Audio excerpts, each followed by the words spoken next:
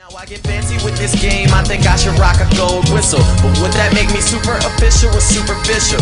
Damn, I didn't mean to take a leap inside a shallow mind, but I'm rhyming on the deep end. That's why I need a pretty girl that I can eat with. Cooking food for thought, I get munchies on the weekends.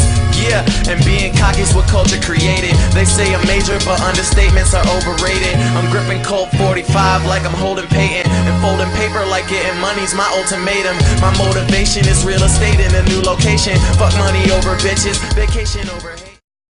Hey, what's up, man? Yo, what's good? Nothing. Are you ready for this interview? Yeah, I'm ready. For people who don't know who you are yet, you want to just tell us a little bit about yourself? Basically, you know, I started making music when I was about 15, 16. Came up in North Jersey, Bergen County.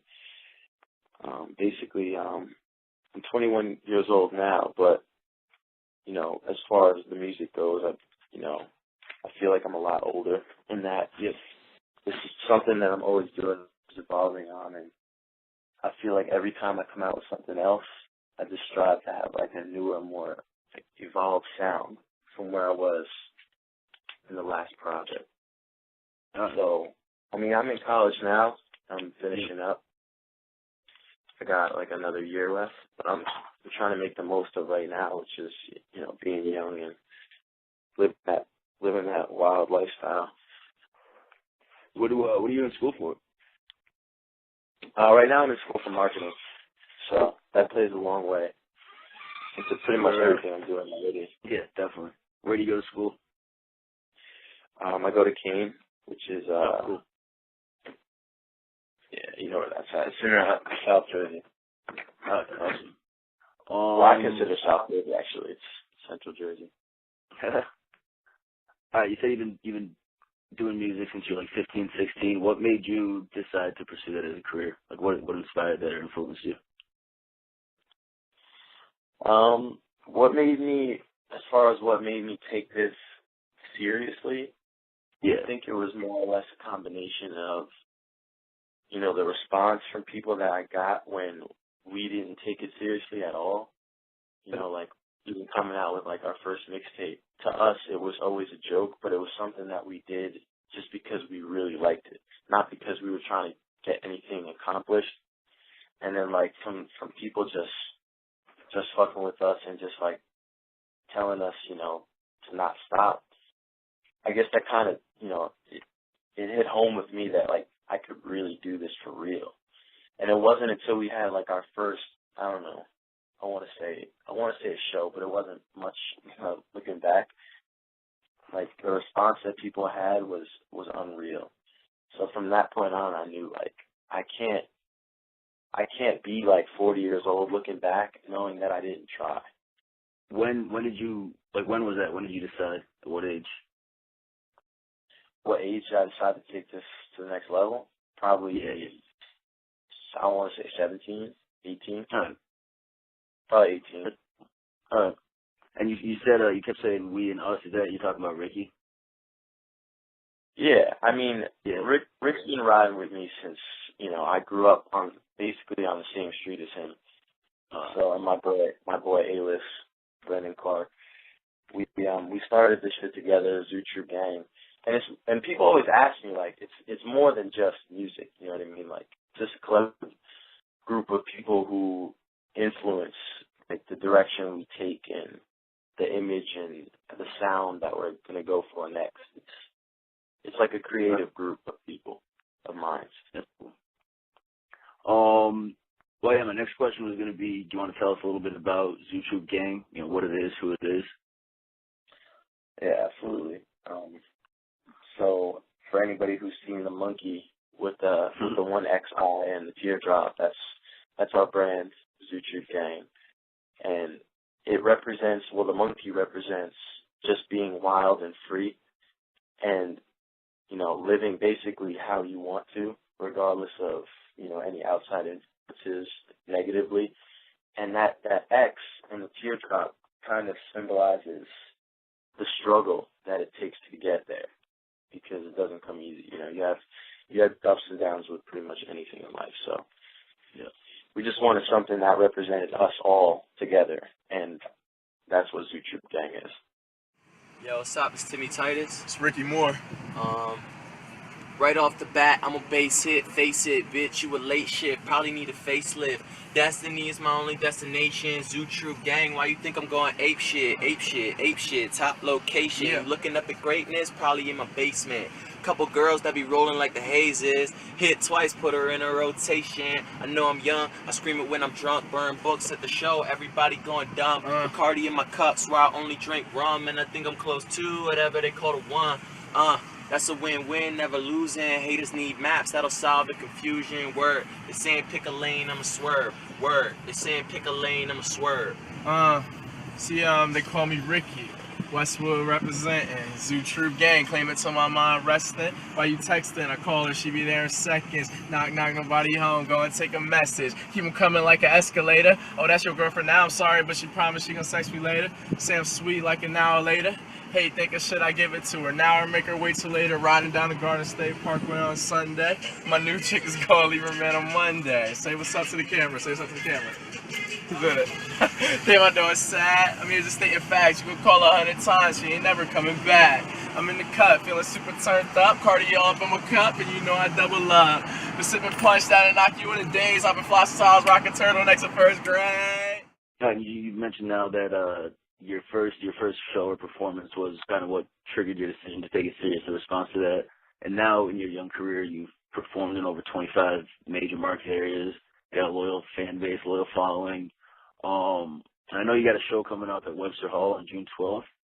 What are your plans as far as continuing to tour, and what can we expect from a Timmy Titus concert? As far as where our next move is, I mean, I think I speak for, Rick and the rest of the team when I say, like, our goal is to, like, make it out of this tri-state area with this bus. Yeah. Like, I'm trying to take this to California, which I've never been to still yet. But I know we'll be there soon. As far as, what you expect to come to a show, I mean, I really can't even describe it. You can ask anyone who's been to a show and they won't even be able to describe it. It's like, it's a combination between the wildest party you've ever been to and, like, just straight, I don't know, I don't want to say, like, straight, like, hip-hop, but it's just, I don't know, it's a crazy time. It's definitely unique. It's definitely worth it. This is just out of curiosity. Now, I'm from Connecticut. Do you have any plans to? What was that? Any plans to perform in Connecticut anytime soon? That's where I'm from, so I'm just curious. I mean, we've been to Connecticut before, but nothing huge. As far as Connecticut goes, I mean, I like to perform somewhere near Hartford, that area. Yeah.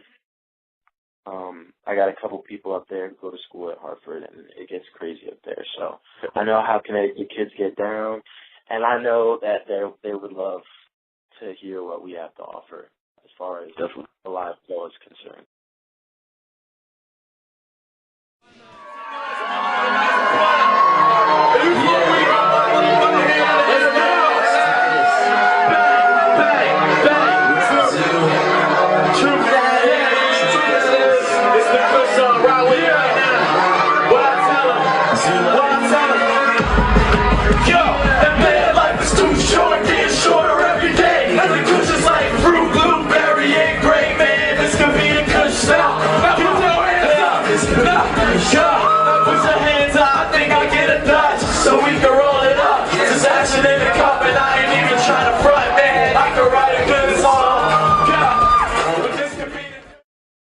And last year you were part of the Vans Warped Tour. How was that? And do you have any good stories, good memories, anything like that? Warped Tour was, that's another thing. Warped Tour was nuts. Like, I could, one for Warped Tour would just be like, just be ready to be there. Because we thought we went out there, like, we were set, we had our set list, we had our, You know, we had our equipment, we had our whatever we thought we were gonna, you know, be good with, and just everything switched up. Like you gotta think, I think I'm crazy as like, you know, partying and all that's concerned, but until you party like with rock stars, you really have no idea. And I always thought that like, people would always tell me that, oh, party like a rock star. Yeah, it's kind of cliche, but like, shout out to my homie DJ, Vampires Everywhere, Jack from Sleeping with Sirens. He's a good friend. We would drink every night like we didn't want to wake up the next day. And like it was just, and then on top of that, like they would be good, you know what I'm saying? They would hop on the tour bus and hit the next city. Meanwhile, me and Rick are looking at each other like, yo, one of us has to drive to the next city, or like we would sleep and Mark would drive, our DJ. And like it's like, okay, now we have to get up somehow tomorrow and perform live music in front of people. Like I don't understand how they, you know, they do that. It's definitely something that was a learning experience for the most part. Tonight, getting ready for the show tomorrow. You know what I'm saying? We out here mobbing. You know, all my niggas here in the hotel. See the hotel? Always working. If y'all can see the mics and all that, we're always working. My bad. We fucked up. Go cop the albums. Everybody, album out, iTunes, all that. Power Say That, Limitless. Go cop that. Cop it. You know what I'm saying? Trippy. You've got, I believe, what, like 3 mixtapes out and now an album as well. And from what I've seen, from what I've looked at, they've gotten all around positive reviews. What's your album making process like, and what is it like to see your hard work get the praise that it has? Well, first of all, I mean, praise, I guess, I think to me is an overstatement. I mean, I just put out music that I think people will like, but more so music that I really like. And I think that the more I find people who fuck with what I'm doing, which is genuinely like just underground, just imaginative music, those are the people who really fuck with what I've, you know, released, like the Odyssey, for instance. And another thing is, like, just the way I make albums, I have to be, like, by myself at some point, you know what I mean? Like, I'm not in the studio with, like, 8 people, you know, looking at the beat. Yep. As far as back then, you know what I mean? Like, I would just sit, you know, either at my house or, like, we would smoke and, like, I would just, you know, chill outside on the deck or something. And I would just listen to the beat and just listen to it and really just listen to it like 80 times. And then it would just hit me. At some point in that time, it would just hit me what I'm just going to talk about, and I would just start writing. And before I know it, you know, I have a whole song like Willy Wonka, which is like completely drawn from my imagination. And to see people, you know, I put that out thinking people are going to hate it, you know, because to me it's kind of weird and it's kind of like off, you know, to talk about something like that. And people, you know, the response was pretty good. So that to me is like a breath of fresh air in and of itself, just people actually liking what I think is experimental somewhat. Oh, that's cool. You want to tell us about your recent single, All Night, what the reception's been like, and what that track kind of means to you? All Night is one of the first songs that me and Miles Williams, who is my producer right now, very talented, have made in this collection. So far, I mean, we're like, I'll say like 13 songs deep. And that's just odds and ends. Like, I'm not talking full verses and everything. But All Night was the first. And it's kind of like an up-tempo, just fun kind of record that describes something very real, which is meeting a girl and in an atmosphere, which I'm usually in, and just trying to make something of it last until the next day. Yeah. And, I mean, as far as production goes, you know, to see people, you know, take a positive light to that, I think a lot of people are going to like what we have coming up, because it's kind of, I want to say premature. Like, Miles has gotten a lot better with his production. And, I mean, we've had that song since, you know, we've had it for a couple, I want to say like at least 5 or 6 months before we decided to do anything with it. And now that everything's coming together, we're just like, all right, put out All Night. And let's go from here and see what happens. Yeah. That wake up shit. It's a party with a red cup, nigga, what's up? I be in the cut, Band-Aid, hold on, you gon' have to take it slow, girl. I've been in it for a minute, I ain't tryna go, girl. I'm Spike Lee, all over the scene, right? Blunt roll tight for the night, there's a green light. After all, we all kings, right? Word to Martin, we live in a dream, right? God bless you, you ain't even sneeze. Open up a window, feel the Drew breeze. No, you ain't a saint though, say you living out of town. Threw fives on the L with some pesos. Skirt off in a Beamer, riding around the city. Shout to my old girl Stina. Oh man, damn, I can't believe I haven't seen ya. Oh, and we gangbanged your girlfriend Trina. Ooh, scandalous, but while you rambling, you say even with a pot you couldn't handle this. I digress and define sex like we in the hood, girl. You my project. I've been waiting all night, all night. You've been waiting all day, all day. Wanna tell you what's up. Wanna say your name. Do you have any information concerning upcoming releases from you? Whether it's a full project or more singles, anything like that? Yeah, basically, this next album is supposed to be about 12 tracks. I might do 14, we don't know yet. I haven't thought of a name for it yet, which, I mean, honestly, the name just it's usually something that if I think of and I have no immediate, like, objection, it usually becomes a name. Like the Odyssey, that was named after a book that I had to read, like, a couple semesters ago. And I just fucked with the book so much that I was like, yo, I'm going to call this shit the Odyssey. And I loved it. Right now, I'm thinking about names for the album. The way I do it, if I think about a name and I have to think twice if I like it or not, then that can't be the name. So I don't know. Yeah, I'll probably keep everyone posted if I think of something soon. But we're thinking about a fall release. Well, all right. What's the biggest obstacle you've had to overcome so far in either your life or in your career, and what's your biggest achievement?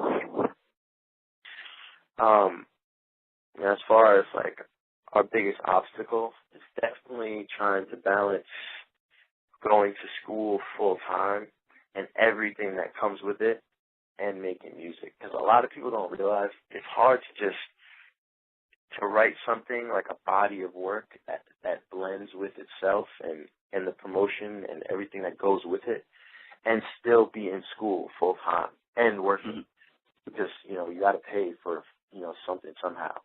So, like, for me, one of the biggest things I ever had to do was, like, maintain, like, my decent grades at least, you know what I mean? I can't get kicked out of school. And then still trying to dedicate as much time as, like, music demands, because, like, it's no joke. So, I mean, as far as my biggest achievement, though, probably Warped Tour. I would say that was, like, something I didn't see myself doing a year before that. I would have never dreamed that I'd be on that tour. So, that was a blessing in and of itself. Definitely. Who are your favorite artists to listen to these days? And if you could choose anybody to have a collab with, who would you choose? As far as who I'm listening to right now, I mean, that changes every day. I listen to, I like Cocaine 80s, which is like Dean's Fall for No ID. They have like a little Cocaine 80s. I downloaded that. Super fire. I listen to Future. I mean, I also listen to a lot of, like, other genres of music. Yeah. I won't get into that right now. As far as hip-hop's concerned, I think Kendrick is dope. I feel more rappers who are lyrical nowadays. So anybody who's got something that I have to think while I listen to it is probably someone who I listen to. All right. Are there any producers you'd really like to work with? Besides Miles right now, probably maybe Pharrell. I like to work with Pharrell. That's the answer. Every time I ask this question, that's the name that gets brought up. For real? Yeah, every single time. I mean, honestly, you know what it is? Because he's done so many things that are just, like, somewhat iconic in the way that, like, he's just changed sounds. Like, so. Oh, yeah, definitely. It's just, I don't know, to not get a song or produced by him, you know, if I ever get to the point where I could reach him, would just be like devastating to me. Well, hopefully that happens sometime in the near future. Yes, yeah, what's up, Pharrell, if you're listening? You got my number. Yeah. Hit me on Twitter. Yeah. All right. What are your goals and what do you hope to accomplish in the second half of 2013, the rest of this year? I want to finish this album, and I want it to come out sounding the way that I'm picturing it sounding right now. And I want to have fun while I'm dropping it. I don't want it this time around to be stressful, even though it probably will be. But I just want people to enjoy it the way that I am enjoying it so far. So I need everything to sound the way it sounds. All right. When are you done with school? Did you say that already? I'm sorry. When you're last? I'm done spring of next year, so it'll be spring of 2014. All right, that's cool. All right, yeah, man, that's all I've got for you. Is there anything you'd like to leave the visitors with?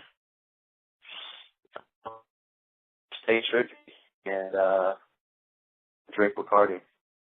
And follow me on Twitter. Follow me on Twitter at Timmy Titus. And definitely a super shout out to Miles Williams, Nick Mishko, and Ricky Moore, straightfresh.net, and Kyle Baker, who you kind of sound like. And for anybody listening who knows who Kyle Baker is, I might be talking on the phone with him right now. All right, man. Well, hey, I appreciate you taking the time to talk with us, though. Ain't no doubt. Anytime. All right, bro. Stay in touch. All right. Peace, All man. right. Peace. I just feel good, borderline crazy, something like MJ straight from the 80s. Foreign girl like un français, moonwalk in the party like fuck you pay me. Checking with the zipper, chilling on my Thriller, Nike's on my feet, but I ain't Mac Miller. I'm a cop Viper, hard to decipher. Guess it all depends how I grown up diaper.